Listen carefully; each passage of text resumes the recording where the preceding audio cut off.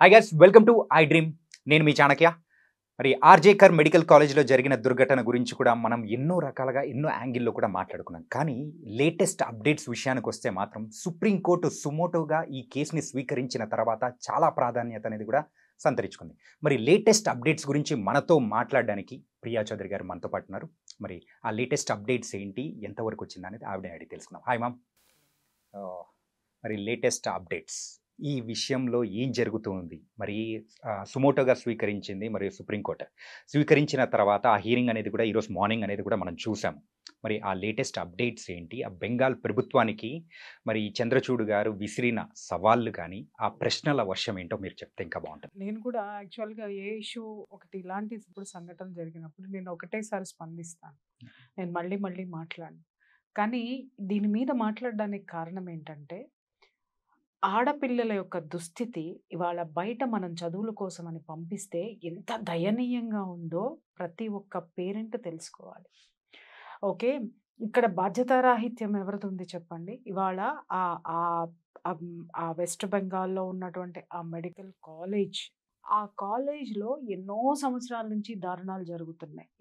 కొన్ని వేల మంది స్టూడెంట్స్ దాని నుంచి బయటికి వస్తున్నారు. వచ్చినా కూడా గత 10 ఇయర్స్ నుంచి అక్కడ జరిగేటటువంటి అకృత్యాల్లో ఎంతమంది స్టూడెంట్స్ లోపలికి వెళ్తున్నారు, ఎంతమంది స్టూడెంట్స్ బయటకు వస్తున్నారు. బయటకు వచ్చిన వాళ్ళు నోరు విప్పలేదు, లోపలికి వెళ్తున్న వాళ్ళు దాన్ని భరిస్తూ అలాగే ఉన్నారు.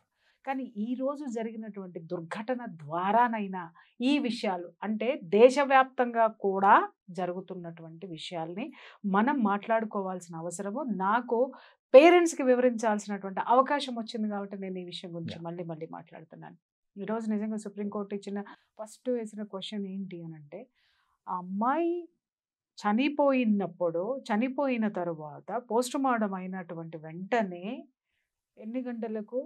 ఈవినింగ్ 8:40కి. నాకు తెలిసి క్రిమేషన్ ఆ టైంలో ఎవరు చేయరండి. 6 తర్వాత అంత్యక్రియలు జరపడం అనేది జరగదు. మహా అయితే మరీ లేట్ అవుతుంది అనుకుంటే ఎక్కడన్నా 7 లోపు కంప్లీట్ చేసేస్తారు. నెంబర్ 1. రెండో విషయం ఏంటి అని అంటే, అనాథ శవాలైతేనే ఆ టైంలో ఎవరు ఉండరు కాబట్టి చేస్తారు. కానీ ఆ అమ్మాయి పేరెంట్స్ అక్కడే ఉన్నారు. వాళ్ళకి కనీసం వాళ్ళకి అమ్మాయిని చూపించేటటువంటి అవకాశం కూడా ఇవ్వలేదు వాళ్ళు, పోలీసులు ఇవ్వలేదు. తర్వాత పేరెంట్స్ అక్కడికి వచ్చిన తర్వాత ఇంకొక క్వశ్చన్ కూడా సుప్రీంకోర్టు వేసింది. 3 గంటలు పేరెంట్స్ని ఎందుకు వెయిట్ చేయించారు అని అడిగింది. ఇది కీలకమైనటువంటి ప్రశ్న. దీనికి సమాధానం చెప్పాల్సినటువంటి అవసరం ఉంది. ప్రతిదానికి అక్కడ ఉన్నటువంటి ద గ్రేట్ కపిల్ సిబాల్ గారు ఒక మాట మాట్లాడుతున్నారు, దీన్ని రాజకీయం చేయకండి అని. రాజకీయ పరంగా నువ్వొచ్చు వాదించడానికి, కానీ ప్రజల తరపు నుంచి, బాధితురాల తరపు నుంచి అక్కడ అత్యున్నత న్యాయస్థానము, దేశంలో ఉన్నటువంటి అత్యున్నత న్యాయస్థానంలో ఉన్నటువంటి ప్రధాన న్యాయమూర్తి కూర్చొని ఉన్నాడు. ప్రతిదానికి ఆయన అదే ఉద్ఘటిస్తున్నాడు. అరే మేము అన్ని సబ్మిట్ చేసాం కదండి, మీరు దీన్ని రాజకీయం ఎందుకు చేస్తున్నారు అంటే, అక్కడ ఎవడు రాజకీయాలు చేయలా. అక్కడ వాళ్ళు మాట్లాడింది పరిపాలన గురించి, అధికారులను ప్రశ్నిస్తున్నప్పుడు, ముఖ్యమంత్రిని ప్రశ్నిస్తున్నప్పుడు, పరిపాలన మీద ప్రశ్నిస్తున్నప్పుడు రాజకీయం అనేటటువంటి మాట ఇతని నోటి నుంచి ఎందుకు వస్తుంది అనేది నాకు అర్థం కానటువంటి క్వశ్చన్. రెండో విషయం ఏంటి అని అంటే, క్లియర్గా అడిగారు 3 గంటల పాటు ఆ పేరెంట్స్ని ఎందుకు వెయిట్ చేయించారు అంటే, చూడండి అమ్మాయి మెడిసిన్ చదువుతున్నటువంటి ఒక స్టూడెంట్కి సంబంధించినటువంటి పేరెంట్స్ 3 గంటలు అనాథల్లాగా బయట వెయిట్ చేశారు ఆ అమ్మాయిని చూపించకుండా. నెంబర్ 1. అన్నిటికంటే ముఖ్యం, ఫస్ట్ వేసినటువంటి క్వశ్చన్ ఏంటి అని అంటే, అసలు ఈ అమ్మాయిని ఆత్మహత్యని బయటికి చెప్పింది, వాళ్ళ పేరెంట్స్కి ఫోన్ చేసి ఈ అమ్మాయి సూసైడ్ చేసుకుని చెప్పింది ఎవరు పట్టుకురండి. రెండోది, ప్రిన్సిపల్లో ఆత్మహత్య చేసుకుందనేటటువంటి ఆ యొక్క స్టేట్మెంట్ ఎలా ఇస్తాడు. మూడోది, 3 గంటలు ఆ పేరెంట్స్ని ఎలా వెయిట్ చేయించారు, కన్న బిడ్డని చూడనివ్వకుండా. అంటే పేరెంట్స్ కి రైట్స్ లేవా చూడడానికి? అందులో అడ్డగించింది, అడ్డుకున్నది ఎవరు? హాస్పిటల్ యాజమాన్యం. ఎందుకనంటే కోర్టులకైనా ఎవరికైనా ఆ హక్కు లేదు. ఎందుకంటే వాళ్ళకన్న బిడ్డ, ఘోరం జరిగింది వాళ్ళ బిడ్డకి. వాళ్ళని ముందు ఫస్ట్ అలౌ చేయాల్సింది వాళ్ళని ఎందుకు ఆపేశారు? నెక్స్ట్ వెర్షన్ ఏంటి అని అంటే, రాత్రి 8:45 గంటలకి క్రిమేషన్ చేయాల్సినటువంటి అవసరం ఏముంది? ఇంకొకటి ఏంటంటే, ఇలాంటి కేసుల్లో ఎప్పుడూ కూడాను శవాన్ని కాల్చరు. దాన్ని ప్రిజర్వ్ అన్నా చేస్తారు లేదా సమాధి చేస్తారు. ఎందుకు అనంటే అది ఆల్రెడీ హైకోర్టు సుమోటోగా తీసుకొని విచారణలో ఉన్నటువంటి కేసుని అత్యవసరంగా ఎమర్జెన్సీగా అతివేగంగా క్షణాల్లో బూడిద చేసేశారు అనంటే సాక్ష్యాలను బూడిద చేశారు. ఇక్కడ విషయం ఏంటంటే వాళ్ళకి అర్థం కానటువంటి విషయము పాపం తొందరపాటులోనో లేకపోతే ఆ యొక్క డిక్టేటర్షిప్ హోదాలోనో డిక్టేటర్స్ చాలా పెద్ద పెద్ద మిస్టేక్స్ చేస్తారు తెలుసా. వాళ్ళ యొక్క అహంభావంతో అహంకారంతో అధికారాన్ని నిలబెట్టుకోవాలన్నటువంటి అధికారం మీద ఉన్నటువంటి దుగ్ధతోటి చేయకూడని తప్పులల్లా చేసేది డిక్టేటర్సే. అంటే ఏముందిలే అని నిర్లక్ష్యంగా ఏముందిలే అని కాదు ఇక్కడ మేమే కదా, ఎవ్వడు మాట్లాడతాడులే, ఎవ్వడు నేను కదా తోపు ఇక్కడ అనేటటువంటి ఆ యొక్క అధికార మదం అంటారు దాన్ని. అధికార కాంక్ష కాదు, అధికార మదం. అధికార మదంతో చేసినటువంటిది. అడిగేవాడు ఎవ్వడు లేడు అనుకున్నారు, వచ్చారు కదా అడిగేవాళ్ళు. ఫస్ట్ హైకోర్టు వచ్చింది, తర్వాత సుప్రీంకోర్టు వచ్చింది. ఇంకెవరు కావాలి నీకు అడగడానికి? అయిపోలేదా? ఇంకొకటి ఇక్కడ నిజంగా పేరెంట్స్ ఇవాళ బెక్క చిక్కిపోయి ప్రాణాలు గుప్పెట్లో పెట్టుకుంటున్నారు. ఏంటి అనంటే అరే మా పిల్లలు ఇక్కడ చదువుతున్నారు అనంటే రేపొద్దున మా పిల్లల పరిస్థితి ఏంటి? ఇవాళ ఒక అమ్మాయి అత్యంత దారుణంగా కిరాతకంగా చంపబడితే తప్ప అక్కడున్న పేరెంట్స్ తెలుసుకోలేకపోయారు అక్కడ ఏ దారుణాలు జరుగుతున్నాయో.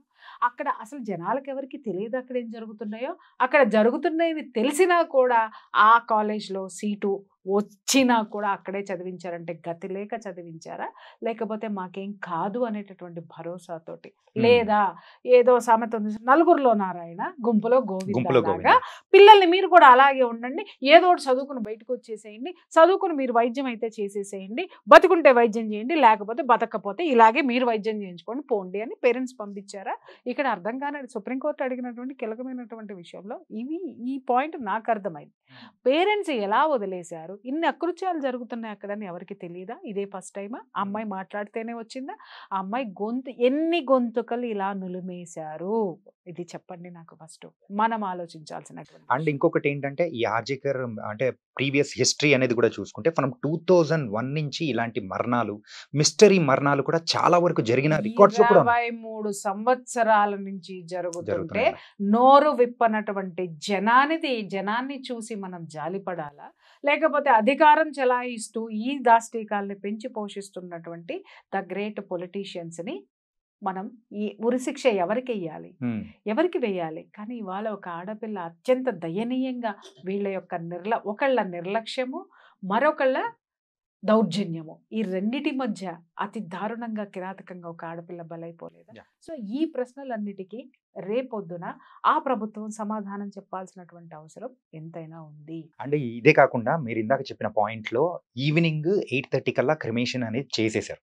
కాకపోతే ఆ క్రిమేషన్ చేసే ముందు అక్కడ 3 శవాలు అనేది కూడా ఉన్నాయి.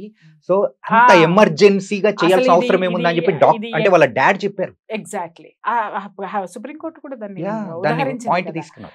అక్కడ 3 శవాలు అక్కడ ఉండగా, అంటే ముందర ఆల్రెడీ ఆ టైమింగ్స్ పెట్టి ఉంటారు, అవి పక్కన పెట్టి మరి మా అమ్మాయిది చేసేసారు అని చెప్పేసి అని, అంటే నేను చెప్పాను కదా సాక్ష్యాలను కాల్చి బూడిద చేశారు.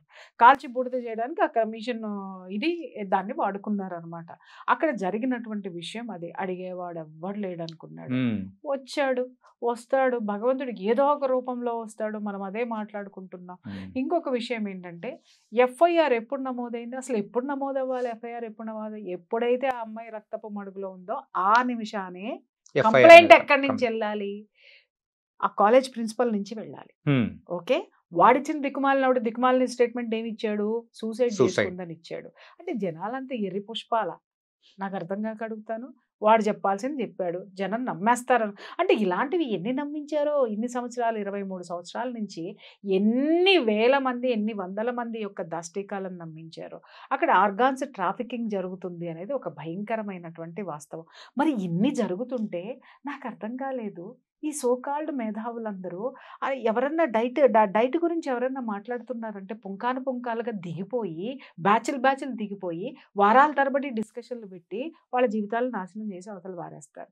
లేదా చిన్న గోరంత ఇష్యూ ఎక్కడన్నా చిల్లర విషయాల మీద గంటల గంటలు డిస్కషన్స్ పెట్టేటటువంటి మీడియా, డిస్కషన్స్ లో మాట్లాడే వాదనలు గెలిపించుకునేటటువంటి సోకాల్డ్ మేధావులకి 23 సంవత్సరాల నుంచి కొంతమంది మేధావులు మాట్లాడతారు, అక్కడెక్కడో ఏదో జరిగితే నేనే కాపాడా, ఇక్కడెక్కడో ఏదో అయితే నేనే కాపాడా, నేనే చేశా అనే మేధావి, ప్రపంచం మొత్తం ఉన్నటువంటి మేధావులు ఎక్కడ ఏ సంఘటన జరిగి విజయవంతమైన నేనే ఉన్నా, ఎంక్వైరీలో నేనే ఉన్నా, దాన్ని నేనే బయటికి తీసా అని మాట్లాడేవాళ్ళు. ఈ మేధావులందరూ వీటిని ఎందుకు బయటికి తీయలేదు ఇన్ని సంవత్సరాలు అనేది నాకు చాలా పెద్ద ప్రశ్నగా మిగిలిపోయింది. తరువాత ఇంత జరిగినా కూడా ఈ మేధావులు ఎక్కడ ఒక్క మాట మాట్లాడలేదు. ఇప్పుడు మాట్లాడుతున్నారు, ఇన్ని రోజుల తర్వాత మాట్లాడుతున్నారు. ఏమని మనం కూడా ఒకటి వేస్తే పోలేదా అన్నట్టుగా మాట్లాడుతున్నారు. బాధ్యతాయుతమైనటువంటి ఆ యొక్క చర్యలు ఎవరికి ఉన్నాయి? ఎవ్వరికీ లేవు. కాబట్టే ఇవాళ ఇంత నిర్లక్ష్య ధోరణి ఎవరిలో ఉంది? జనంలో ఉంది. ఆ జనంలో ఉన్నటువంటి నిర్లిప్తత, నిర్లక్ష్య ధోరణిని నిజంగా చెప్తున్నాను, ప్రకృతి అస్సలు బేర్ చేయలేదు. 23 సంవత్సరాలు వెయిట్ చేసినటువంటి ఆ యొక్క ధర్మము ఇవాళ పైకి లేసింది. చూద్దాం కపిల్ సిబాల్ గారు యొక్క రాజకీయం గెలుస్తుందా, లేకపోతే సుప్రీంకోర్టు ధర్మాసనం అద్భుతమైనటువంటి తీర్పు ఏమిస్తుంది అనేది నేను కూడా వెయిట్ చేసి చూస్తున్నాను. రేపు గురువారానికి తీర్పును వాయిదా వేశారు. ఇక్కడ 2 విషయాలు మనం గమనించాల్సింది ఏంటి అని అంటే, సాగినంత కాలం నా అంతవాడు లేదందరూ, సాగకపోతే ఊరక సతికెళ్ళబడిపోతారు. ఓకే, జగమెరిగిన సత్యం. జగమెరిగిన సత్యం. ఇవాళ అన్ని వైపులా అష్టదిగ్బంధంలాగా, అక్కడ చూస్తేనేమో లోకల్గా హైకోర్టు చెక్ పెట్టేసింది, ఇక్కడ చూస్తే సుప్రీంకోర్టు, ఓ పక్క సిబిఐ, సుప్రీంకోర్టు, హైకోర్టు, ఇప్పుడు నేషనల్ టాస్క్ ఫోర్స్ అని చెప్పేసి అని ఇది ముఖ్యంగా మనం డిస్కస్ చేసుకోవాల్సినటువంటి విషయం ఏంటి అని అంటే, నిజంగా నేను చాలా హ్యాపీ ఫీల్ అవుతున్నాను. ఇవాళ డాక్టర్స్, మెడికోస్ అందరూ కూడా, ప్రత్యేకించి ఆడపిల్లలు, ఎందుకంటే మా ఇంట్లో నా ఫ్రెండ్స్ పిల్లలు డాక్టర్స్ ఉన్నారు, మెడికోస్ ఉన్నారు, కాబట్టి ఆ కష్టాలు ఆ బాధలు ఏంటో నేను వింటున్నాను కాబట్టి నాకు తెలుసు. వీళ్ళకి 72 hours ఏకధాటిగా డ్యూటీ అనేది డ్యూటీ వేసేస్తారు. ఆ డ్యూటీ వేసేటప్పుడు అండి ఒక్కొక్కరు చెప్తారు 7-8 ఫ్లోర్లు ఉంటాయంటండి బిల్డింగ్స్. 7-8 ఫ్లోర్లు ఉంటే ఆ 7-8 ఫ్లోర్లు ఎన్నిసార్లు వీళ్ళు పిలిచినా, ఎందుకంటే 7 ఫ్లోర్లలో వీళ్ళే ఉంటారు డ్యూటీ డాక్టర్స్. ఓకే, ఫ్లోర్కి ఒకళ్ళు నేమ్ పెట్టరండి అక్కడ, ఎందుకంటే వీళ్ళు ఎంత వాడుకోవాలో అంత వాడేసుకుంటారు. ఎందుకంటే ట్రైనింగ్ పేరుతోటి జీతం బత్తం లేనటువంటి జీతగాళ్ళు. ఇంకొకటి ఏంటంటే, వీళ్ళకి ఒక 40,000 50,000 జీతాలు ఇస్తున్నాము అని చెప్పేసి అని రాయించుకొని మళ్ళీ తిరిగి 40 జీతం మాత్రం వీళ్ళకి బ్యాంక్ అకౌంట్లో పడేది 50,000, మళ్ళీ 40,000 క్యాష్ తీసుకొచ్చి వీళ్ళకి ఇచ్చేసేయాలంట, రిటర్న్ ఇచ్చేయాలి. కేవలం 10,000 మాత్రమే ఇలా గొడ్డు చాకరీకి వాళ్ళు నెలకి సంపాదించుకునేది. మళ్ళీ ఇక్కడి నుంచి పేరెంట్స్ ప్రతి నయా పైసా ఇక్కడి నుంచి పంపించాలి. రాష్ట్రం దాటినటువంటి ఆడపిల్లలండి, అక్కడ ఉండేటటువంటి రెంట్లు ఎంత ఉంటున్నాయి, వాళ్ళు చదువుకునేటటువంటి పేరెంట్స్కి దూరంగా ఉంటారు, ఒంటరితనంతో ఉంటారు, హాస్టల్స్లో ఉంటారు, హాస్టల్స్లో ఉండలేని వాళ్ళు బయట అపార్ట్మెంట్స్ తీసుకొని ఉంటున్నారు. వాటి రెంట్స్ వీళ్ళకి ఇక్కడ ఏదైనా జరిగిందంటే చెప్పుకోవడానికి పేరెంట్స్కి దూరంగా ఉంటారు. వాళ్ళు చెప్పుకోవాల్సింది ఎవరికి? ఫ్రెండ్స్కి మాత్రం. ఇంకొకటి ఏంటంటే 72 hours 32 hours వేస్తున్నారు అని అంటే, ఇక్కడ ఉద్దేశం ఏంటి? వాళ్ళకి చాలా మంది నేను చెప్పాను కదా, నా ఇంట్లోనూ నా చుట్టుపక్కల ఫ్రెండ్స్ పిల్లలు కూడా ఉన్నారు. వాళ్ళు చెప్పేది ఏంటి అని అంటే, వీళ్ళకి ప్రొఫెసర్స్ ఉంటారు చూసారా, గ్రడ్జ్ అంటండి వీళ్ళ మీద. వాళ్ళ మాట వినకపోతే వీళ్ళని ఇష్టం వచ్చినట్టు ఇలాంటి పనిష్మెంట్లతోటి అతి పైశాచికంగా పనిష్ చేస్తున్నారు. ఇవాళ నిజంగా నేషనల్ టాస్క్ ఫోర్స్ పెట్టడం అనే దానికి ఫస్ట్ హర్షాన్ని వ్యక్తం చేసింది నేను. మనసు ఎంత సంతోషంతో ఉందంటే, NTF నేషనల్ టాస్క్ ఫోర్సు ఎంత నిజాయితీగా నిబద్ధతగా పనిచేస్తుందో చూడాలి. ఎందుకంటే అందులో మన హైదరాబాద్కి సంబంధించిన ఏఐజీ MD నాగేశ్వర్ రెడ్డి గారు ఉన్నారు, తర్వాత ఇంకొక ఆయన శ్రీనివాస్ గారు ఉన్నారు.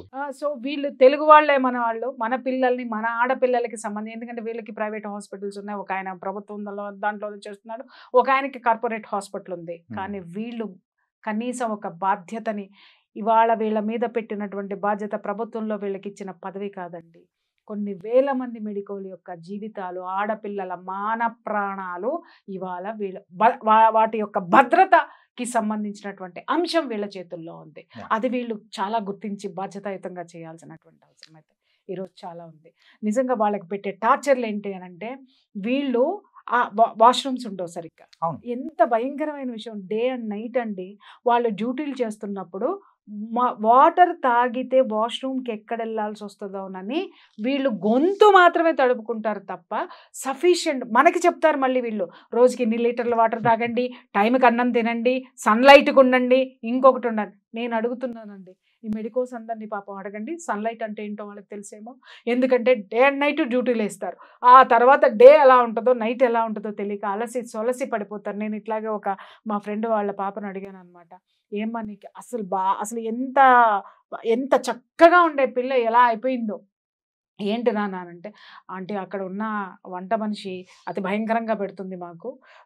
ఎందుకంటే మన రాష్ట్రం కాదు వేరే రాష్ట్రానికి సంబంధించిన వంటలు అని అంటే, అట్లా కాదు నాన్న నీకేది ఇష్టమో వచ్చిన తర్వాత చెప్పు, నువ్వు చేయించుకోవచ్చు కదా పనమ్మాయితో అంటే. ఏంటంటే వచ్చిన తర్వాత వాళ్ళతో చెప్పి చేయించుకునేంత ఓపిక మాలో ఉంటుందా? ఎప్పుడు ఈ రూమ్కి వెళ్ళిపోతామా, ఎప్పుడు పడుకునేసేద్దామా, వాళ్ళు అక్కడికి వెళ్ళిన తర్వాత కూడా కంటి మీదకి కునుకు ఇలా వాలిపోతూ ఉంటే కళ్ళు ఎప్పుడు మూసేసుకొని పడుకునేద్దామా, కనీసం తినేటటువంటి ఓపిక కూడా వాళ్ళకు ఉండట్లేదు.